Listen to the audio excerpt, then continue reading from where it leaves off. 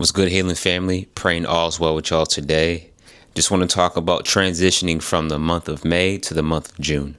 So May, we had, a little mixture of different types of weather, rain, real cold, good weather, and then, we kind of drastically get in the whole movement and routine of things. And I don't know about y'all, but the weather does have an impact on me, not in a negative concept, but more of a fact of awareness. Because I typically find out that us as humans, when we're moving in the patterns of the weather, we have summer coming up. It is good to be outside in nature, to reflect, to exercise, to walk, and just to tap into more of the healthy nutrition of things, not just food, but when it comes to our mind and body. So I was thinking about, what are some things that I need to reflect on when it comes to the month of May, moving into the month of June. And again, I'm still, working on this as well. My thought patterns, how I communicate. Sometimes I may judge when I don't need to. When it comes to the amount of food that I eat, sometimes I do or do not overeat, whatever it may be. But just realizing those are areas of growth that impacts on how I show up day to day. So my goal, and we're already nearing towards the end of May, and happy June to everybody else. But when this video does come out, it will be June 2nd, and that will be the second day of June. And I'm just curious for you all, and again, you can put in the comments or not, but what are some things that you are looking forward towards to when it comes to the month of June? Again, I know about y'all, I love the summer. You'll find me outside running with my shirt off, not just for flexing, but just soaking in the sun on this beautiful dark skin, melanin skin, and just soaking everything up.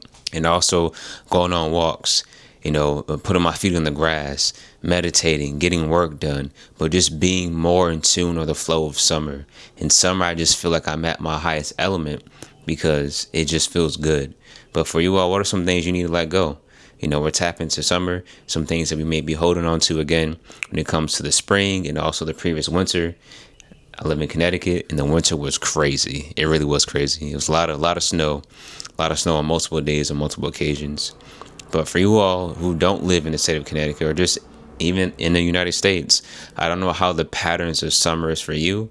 And we're living in a different type of world. This world is changing day by day, and it's not the same what it used to be when it comes to the weather. But for you in general, where do you see yourself having that awareness of reflecting when it comes to the things that needs to be let go, that you need to let go of in the month of May, so you can excel at a higher rate at a good capacity for the month of June? It's not feeling like that you have to rush, but just realizing this is a good moment in time for you just to reflect, pause, write it down, speak to someone that you trust when it comes to your emotions and things of that nature. But realizing, what are some things I need to let go? How can I elevate at my most uninterrupted time when I'm able to focus and lock in? What are some things that God is, pulling towards your direction? What are some things you ignored?